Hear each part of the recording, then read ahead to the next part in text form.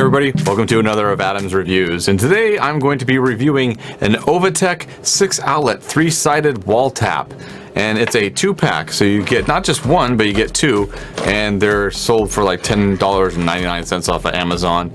And I just figured that this is just one of those things that would be worth reviewing, just because, you know, if you're like me and you're a gadget guy, you probably have way too many gadgets that need to be plugged in and you don't have enough outlets, because the typical household outlet is only 2 outlets. So this comes in handy, let me tell you. So when you pull it out of the box, this is what you get. You get everything all nice and bundled up. It's got this little plastic protector on there to protect the outlet prongs. You know, it's in this nice cardboard box, so I can't imagine anything would go wrong with the thing, but yeah, it comes with that protector anyways. And as you can see, it has the 3 sides there. Each side has 2 outlets available to you. And if you look on the back here, you'll see that the bottom is where it actually plugs into the wall to get the power. And the top one is just nothing more than just the ground. And it's a piece of plastic that slots into the ground for your top to kind of hold it in place and make it a little bit sturdier. So I'll go over some of the pros with this thing. Number one, you get 6 outlets. So you go from 2 outlets to getting 6. So basically tripling the number of outlets that you have, which is great. And one of the things that was a big deal to me was the fact that this mounting screw, which is great, by the way, there are some of these out there that do not have a mounting screw that basically screw into it used to be used as the ground for some appliances that used to have a ground wire long time ago. The real cheap ones only have just this screw that sits on this piece of on the front piece of plastic right here. So what winds up happening is, as you tighten it down, it winds up snapping the plastic and just going right through, and then you no longer have an anchor.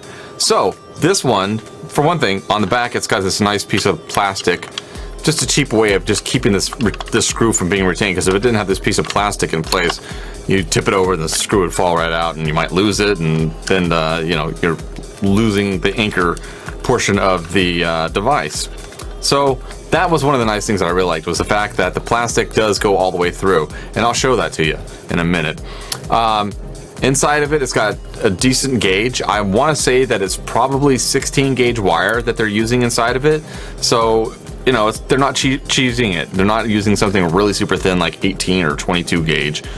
22 gauge wire.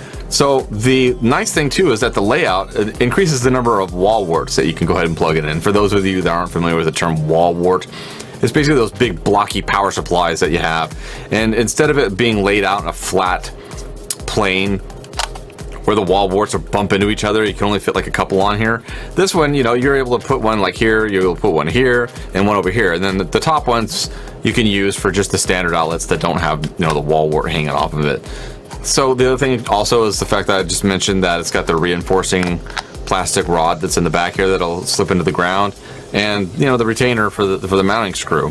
One of the things that I thought was a con is that the plastic is a little bit thin, even when it's assembled. Even though the plastic's a little bit thin and you can kind of bend it just a little bit, this thing is really, it feels nice and solid. So even then, I'm grasping at straws, like I said, for a con.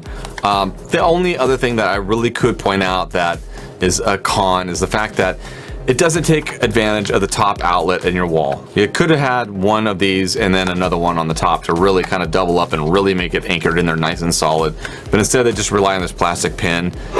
Here I've taken one of them all the way apart, so that way you can kind of see the inside of it here. And as I mentioned, the plastic is a little bit thin, but not too bad. The other thing too is that when you take it apart, these are basically the pins that go into the wall, and they're just basically just slid into place. So if you're taking this apart, obviously be really careful when you're putting it back together that everything goes back together properly. You can see all the 18 gauge or the 16 gauge wire that they use inside here. They use a nice post right there where they bind all the grounds together, the neutral and the hot. They use just kind of a bus bar. You're probably not going to be able to see it, but there's a bus bar that runs along the hot and another bus bar down on the bottom there that runs across all the neutrals. And here's what I was talking about, where you can see that white piece that's right there. This might not be in focus because I have focused pretty much for just to focus on me, but there's this white post right here, and that's what basically runs through the center of this all the way to here. And I think I have the bottom part of it back in here. And so yeah, the nice thing is that plastic piece, you're not going to really be able to see this very well, but and I'm not going to be able to really put it back together just right, but it pretty much mounts almost flush with the back panel here, which supplies that really good support, ensuring that you can kind of crank it down pretty tight. I wouldn't go super overboard because there is a chance that you could still crack it because it doesn't lay flush with the back here. Now, if it laid flush with the back, you could really crank down on it pretty hard, but I don't think it's necessary for you to crank down super hard on the thing anyways, so I wouldn't worry too much about it. Just snug it down and you're good to go. So that's kind of an overview of it. Let's just go ahead and install one, because I've got these. I ordered like 3 boxes of these things because I find them so valuable. Let's go ahead and install one and see how easy it is to get the thing in there. By the way, the only tool that you really need to install it is a flathead screwdriver. That's all you need. Just it goes in there and you screw it into place and you're done. But let's go ahead and install one anyways, just so that way you can see how easy it is.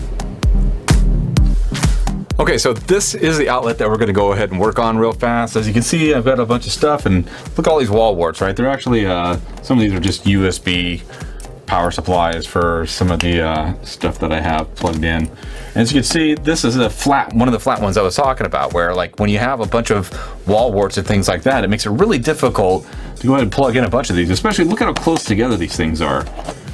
This is like how fast you can go and do it.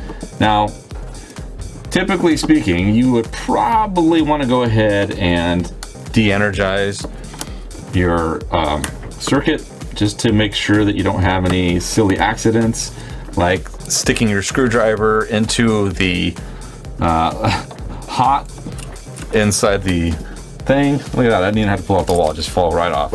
Isn't that fantastic? So take this guy, stick it right in there. As you can see, the screws are already kind of sitting out there.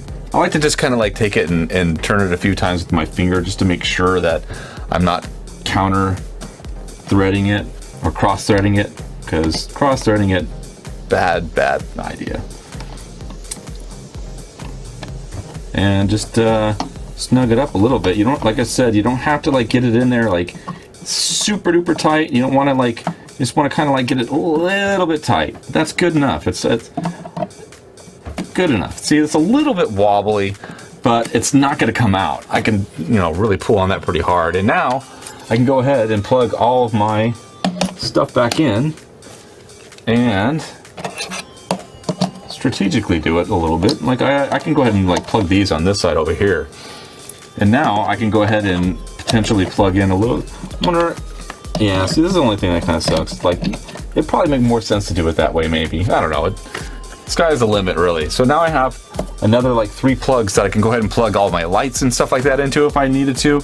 And the nice thing too is that with it being screwed into the wall, you don't have to worry about it sliding back out.